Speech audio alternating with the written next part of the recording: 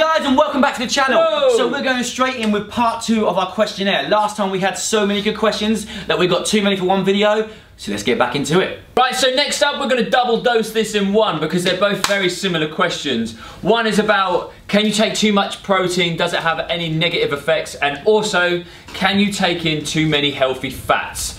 The answer to both of those questions is a perfect saying. The devil is in the dose. And yes, you can take too much of anything. It's like we say, there's always, you can have too much of a good thing. You have too much water, that'll kill you. You can have too much sunlight, that will kill you. Yeah, you never want, there's only one thing in life you should have a lot of.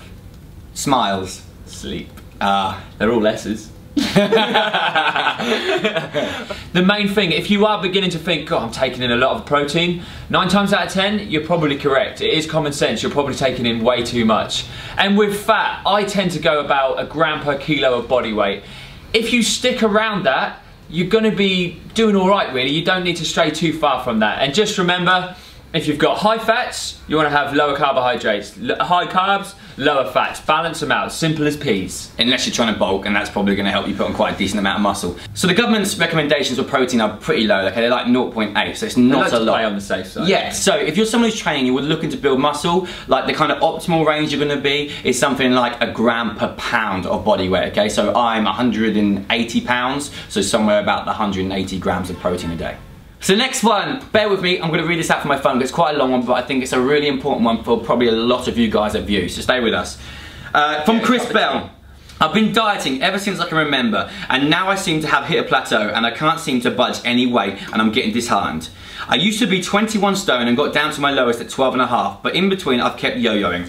I'm about 16 stone now. I seem to put on stones ever so quickly. I try to exercise as much as I can and try to make the best choices when it comes to food, but when I have had a couple of bad days, it seems that all the hard work that took weeks to accomplish merely takes a weekend to pile back on. I'm afraid I'll never have a good body or get to the weight that I feel happy with. Okay, Chris, so the first thing we need to think, mate, is... We need to work on your motivation, dude. We need to pick you up, buddy. How fast have you been losing weight, okay? So, there's a lot of research done that basically says the faster you lose weight, the kind of harder it is to keep it off and the quicker it's going to come back on, okay? So you need to find, you're yo-yoing a lot, so the chances are you're doing diets that aren't suiting you. So you're practicing your yo-yo. Cat's cradle.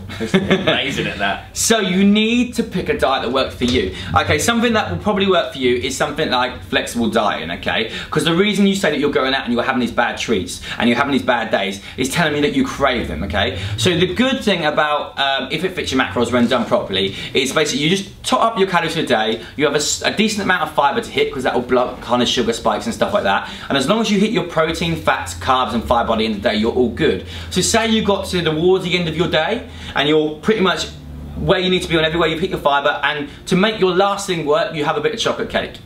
Cool, so you've now hit your macros and you've had a bit of chocolate cake.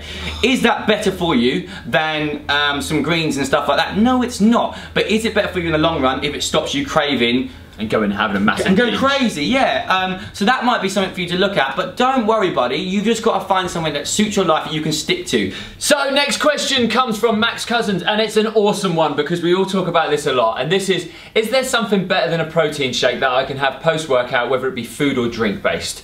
And this tunes into our incessant need to talk about the anabolic window. You need to finish your workout and you need to have a protein shake in your hand before you leave the gym floor. Otherwise you lose your gains. Absolute crap. So basically when you finish your workout, what I suggest you do first is relax. You've put your body under a great deal of stress. Take 5 minutes, sit down and talk about how much of a great workout you've had and how amazingly pumped you're feeling. Don't worry about instantly getting a protein shake in your hand.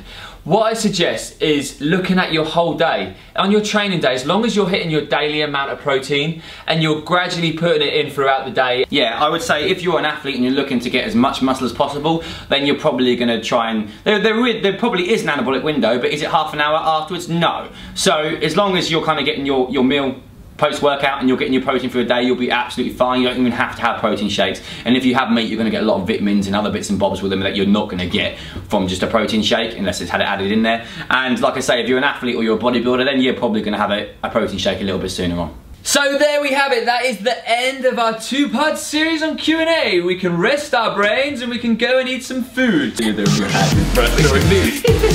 is why guys that take steroids will often take another substance while they're kind of on them.